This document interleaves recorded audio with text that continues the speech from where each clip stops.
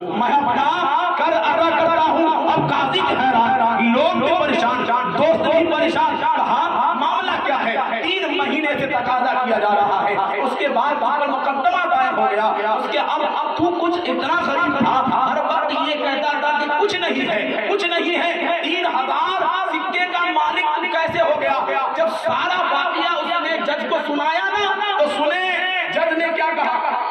جج نے کیا کہا کہ رکو، میں اپنے چیمبر سے آتا ہوں، میں اپنے روم سے آتا ہوں. جج نے 3000 سونے کی سکے جو ہے اس کے ہاتھوں میں تھما کر کہا کہ تو اس کار خیر کو اکیلا نہیں لے، میں بھی شامل ہو جاتا ہوں، تیرا قرضہ ادا کر دیتا ہوں، میں تیرا قرضہ معاف کر دیتا ہوں. حضرات پوری دنیا دیکھ رہی ہے. اب دوست نے کہا جج صاحب فیصلہ سنانے سے پہلے رک جائیے، فیصلہ سنانے سے پہلے رک جائیے.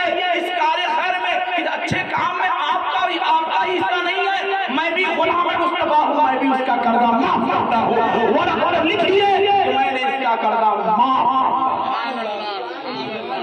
اب وہ کہتا ہے کہ صاحب اب تو قرضہ ہی معاف ہو گیا ہے، یہ 3000 سونے کے سکے میں لے کر میں کیا کروں گا؟ جج صاحب نے کہا جو نبی کے نام پر دیا ہے اب نہیں لوں گا، یہ تیرا ہو گیا ہے. جو نبی کے نام پر دیا ہے اب نہیں لوں گا، وہ تیرا ہو گیا ہے. غور فرماؤ دوستو، اللہ اکبر. وہ شخص جو غریب و نادار تھا، لمحے میں اللہ کے رسول صلی اللہ علیہ وسلم پر درود پاک پڑھنے کی برکت یہ ہوئی کہ ایک شخص ہے، ایک پیسے کا بھی مالک نہیں تھا، اب جو ہے 12000 دینار کا مالک ہو گیا.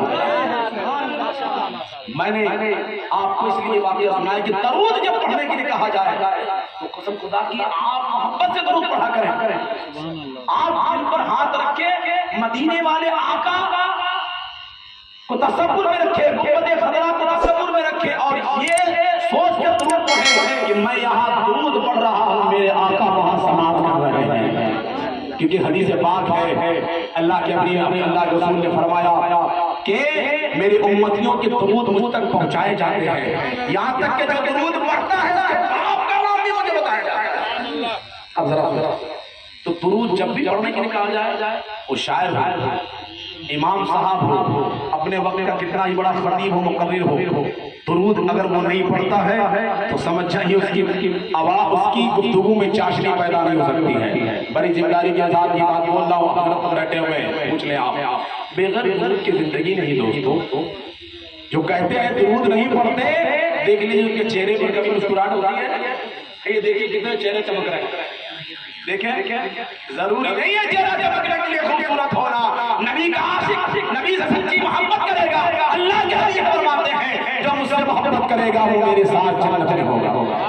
تو درود بھی پڑھنا محبت کی دلیل ہے نا. سمجھ رہے بات کو؟ گاڑی واڑی کو نہیں بول رہا ہوں، سمجھ رہے ہیں؟ سمجھ رہے ہیں آپ؟ درود پڑھیں گے آپ، پڑھیے گا، بولیے انشاءاللہ، بولیے جب کہ انشاءاللہ.